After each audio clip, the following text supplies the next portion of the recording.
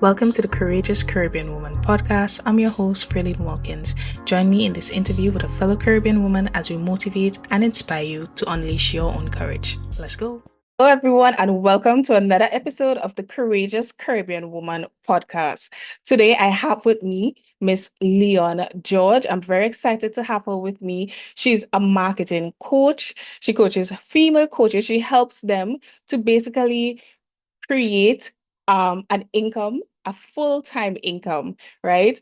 And she does that by helping them create content that actually sells, right? Leeon is also an attorney at law.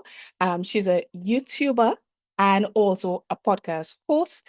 And the name of her podcast is Master Marketing and Monetize. Thank you so much, Leeon, for joining us today.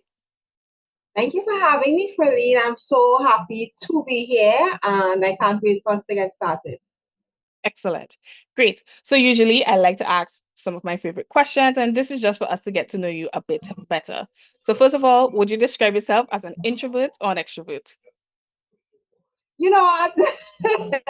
If you asked me this 2 years ago, I would have said introvert, but I think I'm finally willing to accept that I may be an extrovert, but I do require some introvert moments.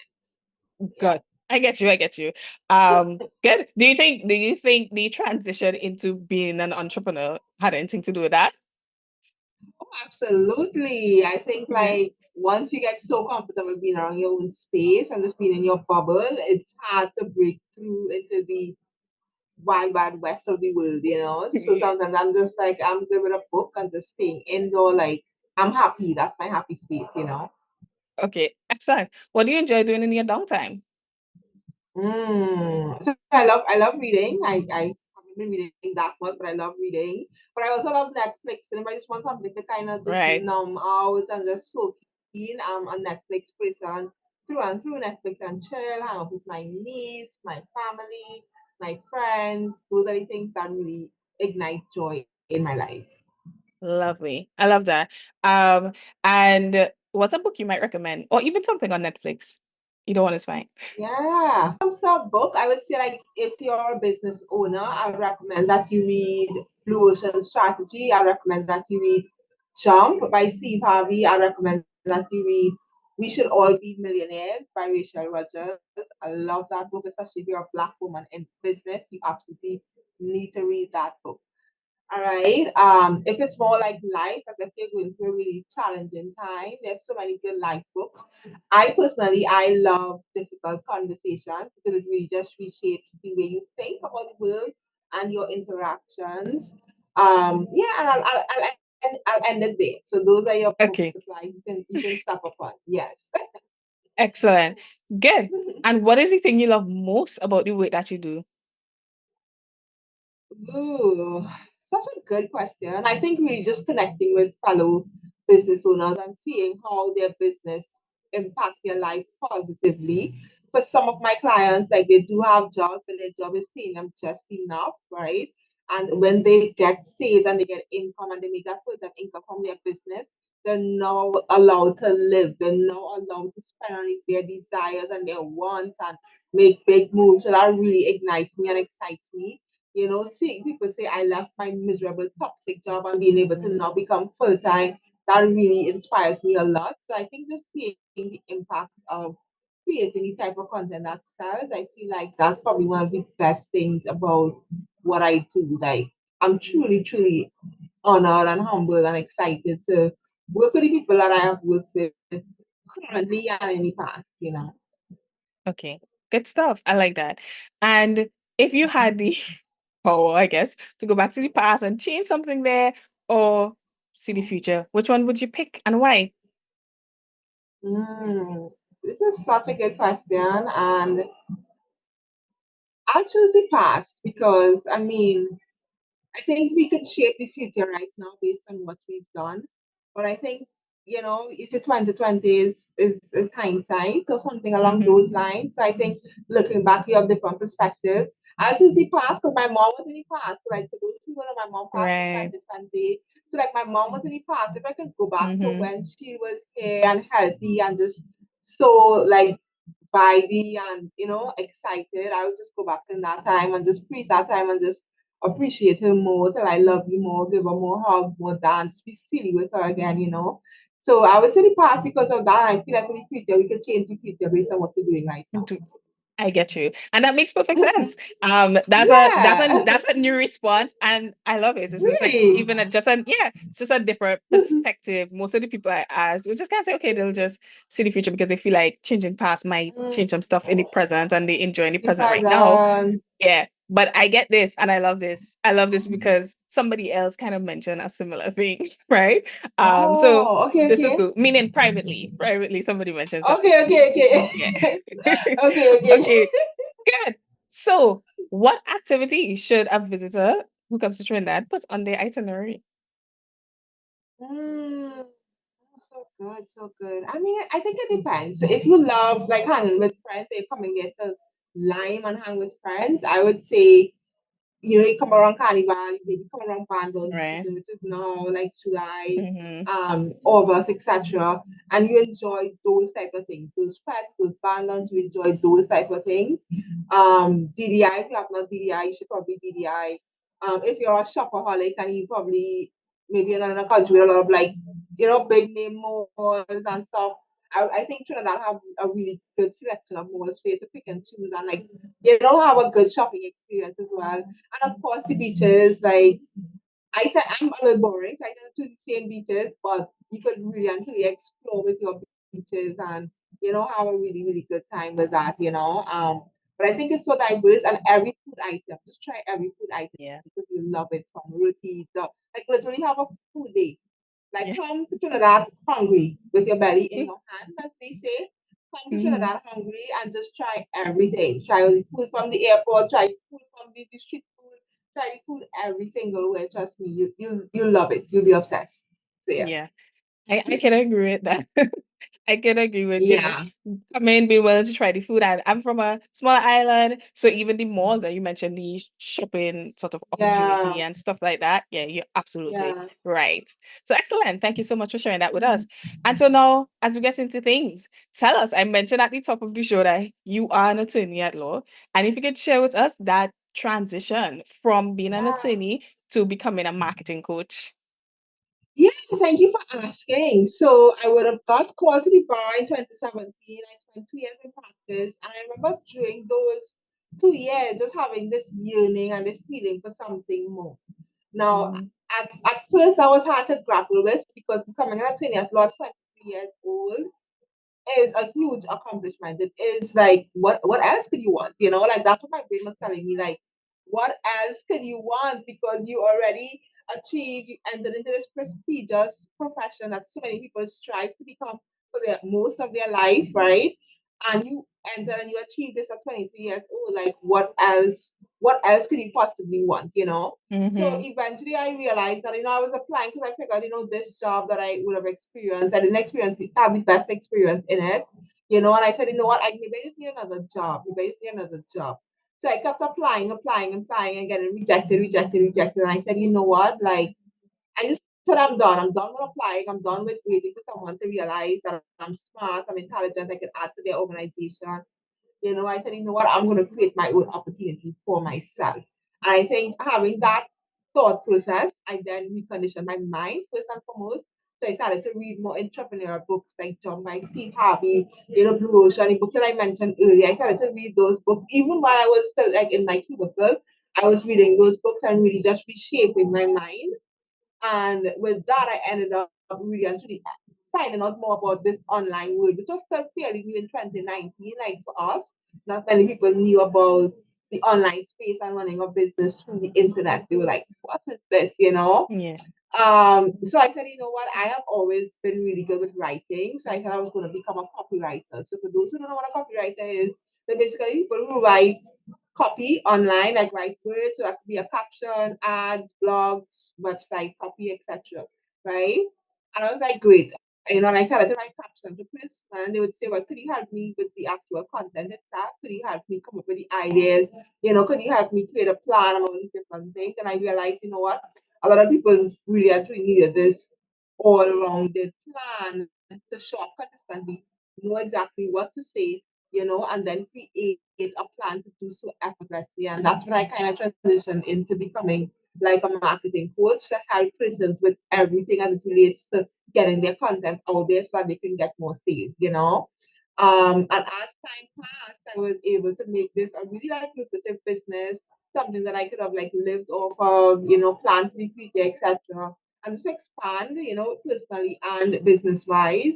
I think like 4.5 years later, like so much has happened. I probably work with probably over 100 people right now, coaches from like literally all over the world. Right, I've been on so many podcast interviews, too many to count. I've flown to the United States for like a business conference to really and truly give my brand more exposure with like top coaches from all over the world, right? And I've really and truly just kind of made a name for myself in the online space, while also creating a lot of impact, making a lot of money for my clients as well. So I guess that's like my journey. I would say that I just went head first into it.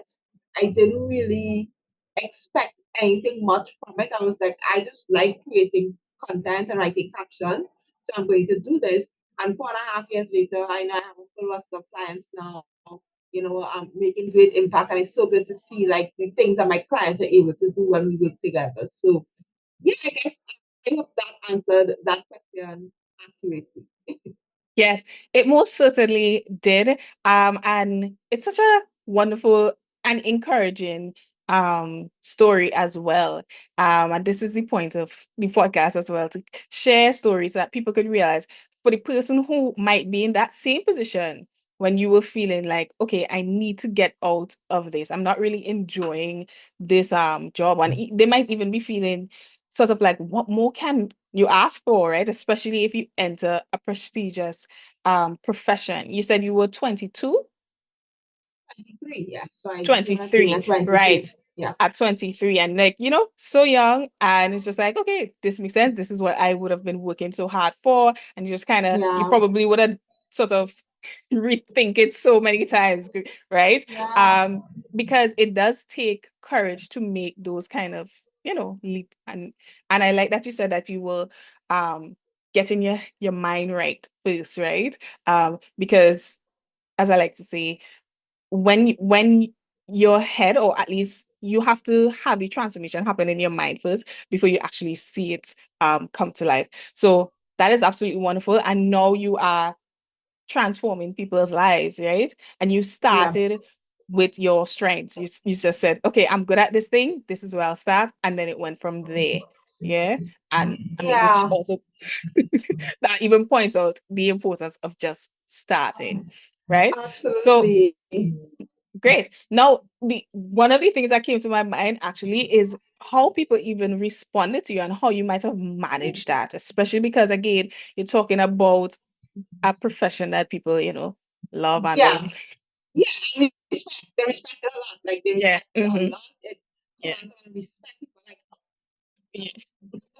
you know, they're not saying respect for like other professions is something Right. that I have to learn because I was completely blinded by that fact. I think Mhm. when you enter into privileged spaces and you see how people treat you, you're blinded by the fact that not everybody gets that similar treatment. Mhm. So I've kind of mentioned changing my mind. So I like to call it like the ultimate pivot, right?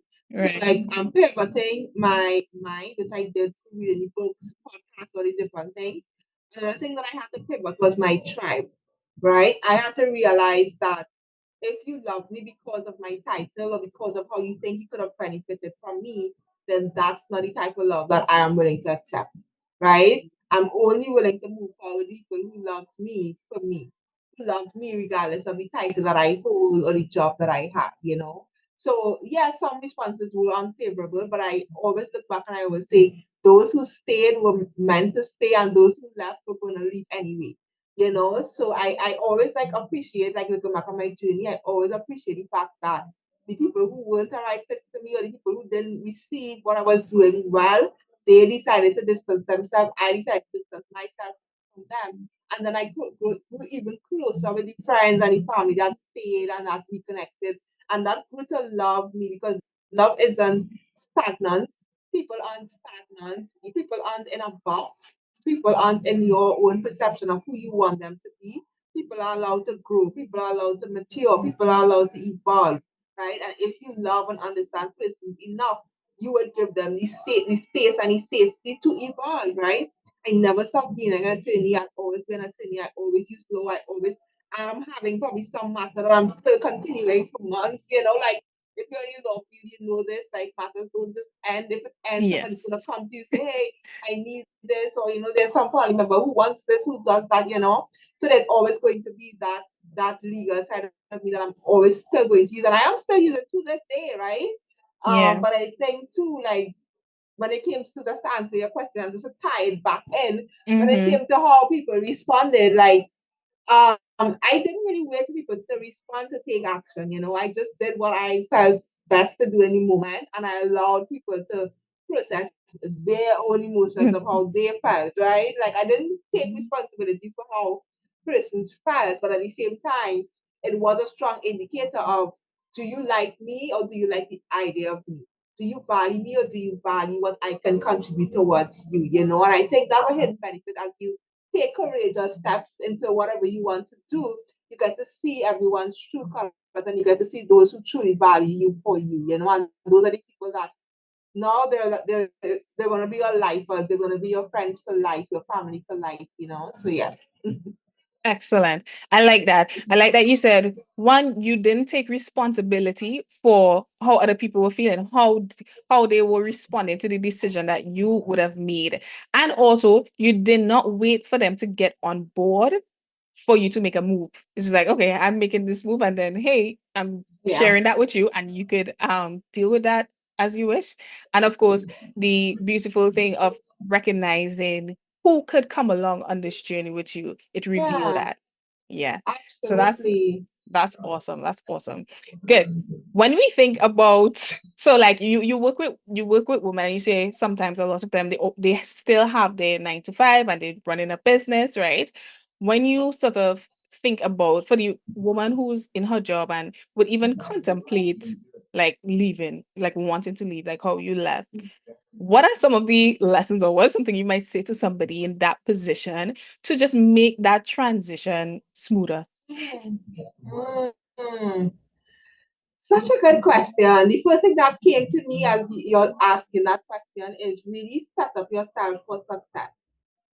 Don't do like what I did and literally just jump into business with no plan, no clients, no action. Like, don't do that at all, at all, at all. Not in 2024. I will not Mhm. recommend that. I will not take any responsibility from that. Right? What I would say instead is really actually create a plan. Like one of my clients, she wants to retire by the end of next year. So we're creating a plan for her to successfully leave her job without her dropping her lifestyle. All right. Mhm. Another one of my clients, for example, I helped her transition out of a 19-year job that she was in since she literally graduated from school, right? And we did not make that transition from entrepreneur to business owner. We did the full-time business owner. We did not do that. Instead, what we did is that we got her independent contractor role where she could have control over her hours, get paid the same price, right? And have more time to work towards her business, right? So I would say if you want to go full time or you want to leave your job, plan for it. Do not make a rush decision, not in 2024. Really and truly be responsible and be planned for it. Save for it if you want. You can save 6 months of expenses. Save as much as you feel comfortable that you know you have a bit of wiggle room in the event things do get a bit challenging. That's the first thing that I would say. Don't rush into leaving a job. Like if you're frustrated, you want to cuss at that boss, just take a day off, take a week off, take 2 days off, center yourself, go back, right? Find reasons to stay, and then create a plan create an exit plan to make your way out. And that's what, of course, I can help you with, but you could also do that on your own. Really, just by asking yourself, what do you need to feel safe as you're leaving this job? Is it that you need a certain cushion of finances? Is it that you need a certain number of clients? Like you can decide your own exit strategy. All right. So that's the first thing I would say. Right. The second thing I would say is get clear on your life vision. What do you want for your life? And how can your business support that? Because what I have seen is that a lot of people leave their job, become full-time in your business and their full-time business feels like a full-time job. And you have to ask yourself, do you want that same level of stress, that same level of day-to-day demand? Do you want that in your business? Because a lot of people who I speak to, they say, no, I do not want that. I want freedom. I want to be able to take a week off without feeling like something's going to be deducted from my pay. Okay, great, perfect. That means you need to set up your business that way. That means you need to consider what kind of offerings do you want to sell. You need to consider how many access does your, how much access your client have. Do they have daily messages or support from you? If so, expect every time you put on your phone, they're gonna be messaging you asking a question, which is fine. My client do that, right? So you have to figure out what is most important to you. Do you want to have calls every day of the week, or do you just want to have calls 2 days of the week? And then you have the other 3 days to focus on your business and your admin, and maybe take a day off. Maybe you want a 4-day work week. Right? I have 4-day work weeks for a period in my business has been great. So you get to decide as well what's your vision and how does your business fit into that. And the third and final thing that I would say is really work on building that entrepreneur mindset from all now. You do not have to leave your cubicle to start thinking like an entrepreneur. Thinking like an entrepreneur means you're creating quarterly plans for your business and your life, and you're executing on that every single week. Thinking like an entrepreneur means accepting the fact that maybe I'll be an average employee. Maybe I wouldn't be at the pizza line or the Friday night hangout. Maybe I'll go straight home because I know I have a coaching call, or I know I want to work on my business. Right? Being an average employee means that you know what? I'm not going to be sucking up to all the bosses and stuff because I want to reserve my energy for my clients. So that's what I would say, like really and truly start conditioning your mindset for entrepreneurship and for full-time entrepreneurship because it is a mind game. It's a mind game and it's a habit game. So you want to get on top of it even before you say your final goodbyes to your job. And that's what I say. Absolutely great. Such a lovely answer and also so practical. And I appreciate that, right? So, one, you want to get your exit strategy, you want to plan that exit strategy. Lovely, right? We could feel frustrated in moments and just want to jump and make a decision. But that's not the best Yes. thing. And we're taking it from you. You say this, that's what you did. And you're saying, hey, I'm telling you, not in 2024. Don't do that. I Right? did that in 2019. Things were much different. I don't pay Mm-hmm. rent. I still have money coming in, piece from like Yeah. legal work I would have done that kind of float me over. Like, I would not do that to myself today in today's time. Yeah, I get you. I get you. Makes perfect sense. That is actually a move that I made, but hey, we're talking about you. So then secondly, you mentioned you want to know what the vision is. What is your vision? What is it that you want for your life? And so that you're clear on that. So you know what is you're working towards. And like you said again, your third point is that you don't have to leave your job to start to think these things and develop that entrepreneurial mindset, right? Absolutely. Absolutely. Absolutely fantastic. Okay, great. So when we talk about content, you create content, this is your thing, right? The content, this is just your thing, right? One of the Yes. things that can come up, right, for people, even as they transition, or even if they want to start their business while they have their 9 to 5, is hey, I don't have a certain kind of personality to create content, right? Mm. Or I'm shy or introverted. I don't know how to put myself out there. How can women show up in a way that's authentic?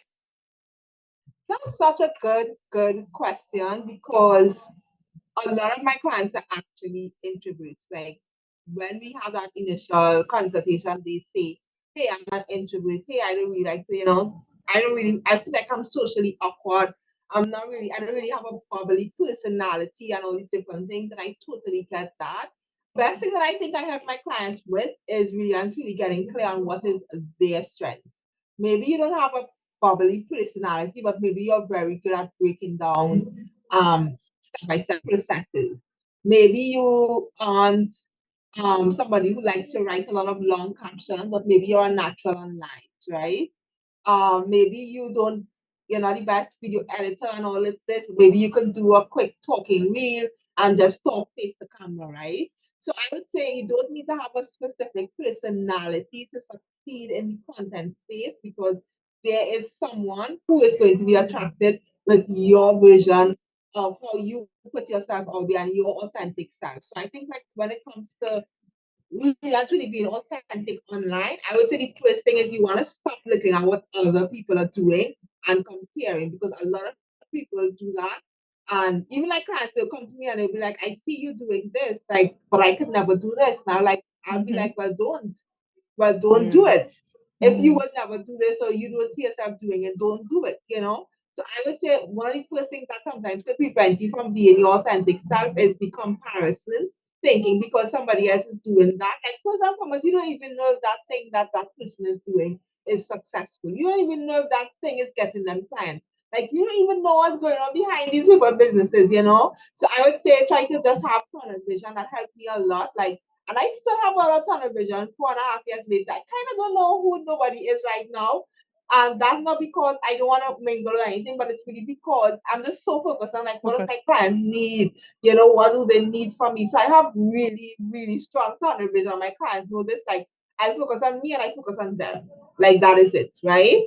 I would say too, like how would you usually talk with your friends or hang out with your friends and your family?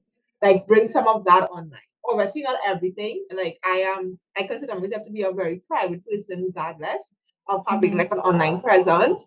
But at the same time too, like I would come on stories and exactly how I would talk to my friends on a FaceTime or video call or whatnot. It's the same way I would talk to people on FaceTime on Instagram stories, right? The me you see on Instagram stories, the me you see if you see me anymore or you see me out with my friends or family, like it's the same me. I'll have the same, I'll be a little silly, little laughy, you know. It will be the same me. So I think like just accepting that you as you are enough, you know, regardless of your personality. I've had people who maybe identify as more serious and whatnot, and they're like, I don't want people to think I'm aggressive or I'm no, don't do that. Don't do that. That is let's not go there, but that's Eurocentric thinking. Like Right. you're not aggressive. You are who you are, you know, and your people will understand your tone and how you are and all these different things. So I think it just goes down to accepting that the part of you that maybe you don't like, somebody else will. And you don't have to shrink that, you don't have to hide that. You can shop fully as you, and you will find clients who love you just for the way that you're showing up, you know. If it takes you longer than half an hour or it takes you longer than 20 minutes to get it out, maybe it's not your strength. Maybe you Mm. need to start doing something else. And other people may not like that because they're like, but I want to do this. This is what is trending. This is what the algorithm says. But if you spend half an hour on one piece of content, maybe that's not your strength. Maybe you need to explore a bit more. Maybe you need to figure out what comes naturally to you. Because as a business owner who also has a ability to create content as their way of signing new clients in your business and re-engaging their existing clients, you need to see yourself as a content machine. You need to see yourself as somebody who's able to produce multiple pieces of content, right? Throughout. You need to have that's how you're going to become consistent, you know. So just to go back to like authenticity, I would say really actually stop with the comparison that takes away authenticity, because you're trying to be like me, you're trying to be like Freddie, you're trying to be like somebody else, and you're not trying to be like you, Mm-hmm. right? Focus more on being like you, and that's how you be more authentic online. And two, stop trying to shrink yourself, trying to water down yourself. Exactly how you are offline when you're chatting with your friends and you're super comfy. That's how you should be on your stories as well, you know, on your in your content as well. So yeah. I think that's how Yeah. you can really actually bring out more authenticity in your content. Yeah. Excellent points again. You want to um ensure that you are focusing on your strengths, which kind of counters the way that we trained usually when growing up, we're taught a Mm-hmm. lot to work on those weaknesses, right? But you're saying here, no, focus in on the strength. And that would sort of be like your unfair advantage, right? And you, Absolutely. yeah, and you ensure you bring in your personality. And that way, the people who are meant for you will find you and they will enjoy your content. I like that. Yeah. Okay, and Yeah. the comparison thing as well that you mentioned. Absolutely. Yeah, and I Absolutely. also want to say like it's not your fault. Like it's not your fault. Like literally, society just points out your weakness and it thinks you're bad at. You Mm-hmm. go to a job and your boss will tell you you're not doing this properly. Right? Nobody is holding up a flag saying you're doing A and B and C correctly. Everybody Right. just pointing out what you're doing incorrectly over and over and over. So I get it. But at the Mm-hmm. same time, it's your duty now to really actually zone in on well, what am I good at? What comes good to me, and how could I bring more of that in the online space? I like that. And again, that makes so much sense in terms of being authentic. Like you said, hey, if you're good at writing, maybe you might spend a whole lot of time, in terms of your content being more written, longer captions. If you have a nice voice and you're just natural at lives, you sort of incorporate that. And the sort of cue that we have that, hey, if you're spending more than 20 minutes, rethink that. Yeah, rethink that, check to see, Yeah, this might not be it. exactly. Yes. Ex- Yes. Excellent. Good. So that sort of made me start to think about what are some of the mistakes? Like if you can think of like, hey, the Mm, biggest mistake that I see when it comes to content creation and things that, the women are doing out here in terms of their business and stuff, what would you say? You know, I just wrapped up IG audit series where I audited Hmm. probably for for probably around 16 to 20 coaches from all over. People just Right. messaged me to say they wanted to be audited, right? Hmm. And the number one thing that I've seen as a habit in probably every other coach was the lack of consistency, Mm. right? I think I know why. I think a lot of people aren't as consistent with their content because they're building a system around the days that are smooth, and they're assuming every week is going to go well, so they'll have time to create content on the go. So my consistency hack that I share with my clients as well is, in order to be more consistent, what you need to do is create a consistency plan around your worst weeks. Like when you're extremely busy from your job, maybe the kids are acting up if you have kids, maybe for me your car giving problems or your phone decides to give issues, etc. What is the bare minimum consistency that you can still put forward even on the days where everything seemingly goes wrong? All right. So for me, sometimes that could be twice a week, three times if I'm lucky, but twice a week as bare minimum baseline. If you can commit to making content for at least twice a week as your bare minimum, the weeks where things go way better, you will end up producing more. All right. So I realize that people, or reason why people are inconsistent, is that they tend to do the opposite. They want to create 5 pieces of content the entire week or 7 pieces, and then life happens and they create one, and then they say, you know what, I'll just start fresh next week. But then next week they're tired and they're like, hey, you know what? Maybe next week. And before you know, the entire month has passed, or 2 months has passed, and they haven't created anything, right? Because life just keeps lifing, which it always will. So instead, you want to aim for the minimum consistency, let's say 2 times a week, 3 times a week.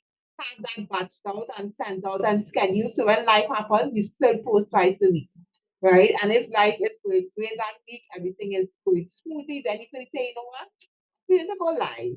You know what? I feel like to do a stories, right? So I think that could really and truly happen. I think that's the number one mistake people make is lack of consistency, and that is tremendously slowing down your sales, your brand visibility, your online connections, everything, your entire business.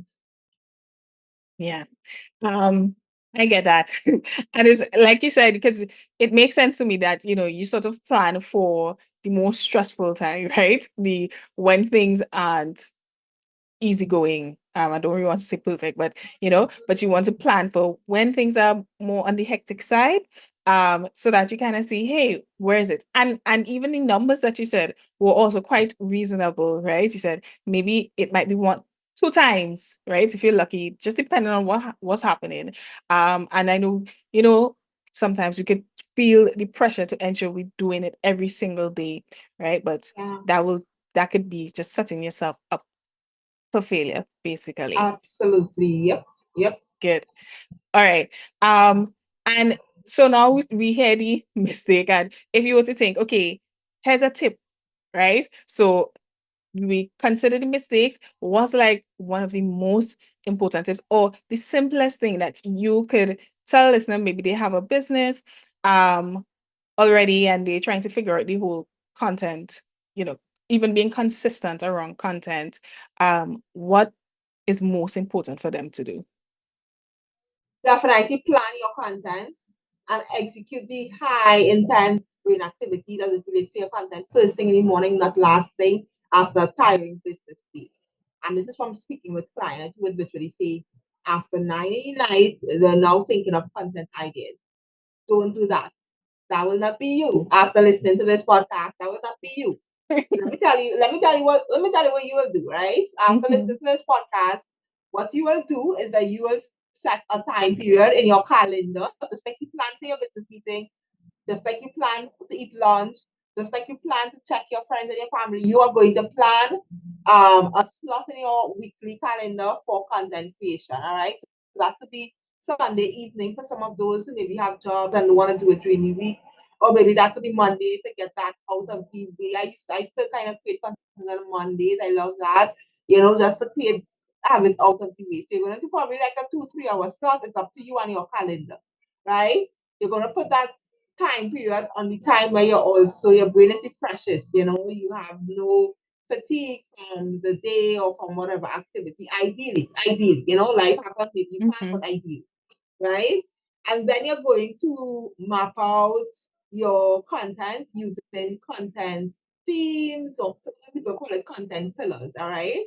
What this does that this ensures that you're covering different things with your content throughout the month, so you're not just stuck creating one type of content.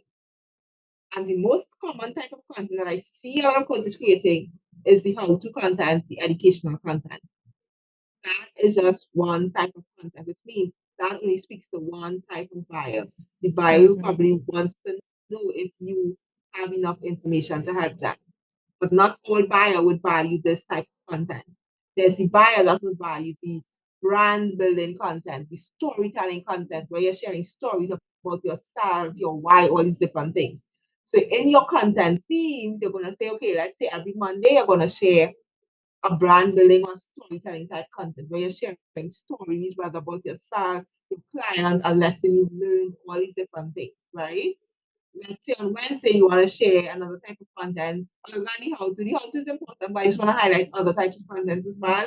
It's maybe perspective shifting content. Some people call it thought leadership content. Content that really actually highlights your unique way of seeing things in the industry. So like how I just pointed out, like my consistency hack, which is really actually doing bare minimum consistency. That goes against a lot of the norms that many people in the social media space may say, because they may say create 5 times and just do max out your content, create content Monday to Friday. And I'm saying if you're struggling with consistency, focus on what is your bare minimum consistency and start there. Right? So that is my unique perspective. So I would say a lot of people don't create this type of content. A lot of people don't share their unique thoughts, and that would result in you kind of sounding like every other coach in your industry when you don't share your unique thoughts, your unique way of seeing certain things or doing certain things, then you're pretty much cut and paste like the last coach or the last marketing coach or the last business coach or the last health coach. And another type of content pillar is more showing showing your results, right? So you can show your results through testimonials, client stories, or showing the impact of your results. So if, for example, you're a life and wellness coach, maybe you can show the impact of what it's like to live a more fulfilling and happier life. What has that been like? Maybe you cured your illness if you had a particular illness. Maybe you see your nails growing much healthier, your skin glowing, so just showing people what is the possibility when it is they follow what it is you're doing. So yes, we can do testimonial. Yes, we can do client stories. We see that all the time, but you could just show people as well through the way that you're living your life or something that you're currently experiencing. So I would say in terms of one tip or one big advice, I would say you want to set a time for content creation. Stick to that time. Make that your do not disturb time. Nobody can call you or bother you during that time.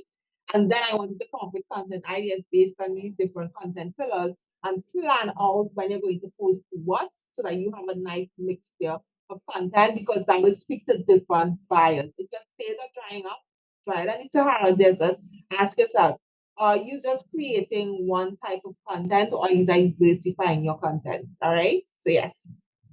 Excellent. Good stuff. Mhm.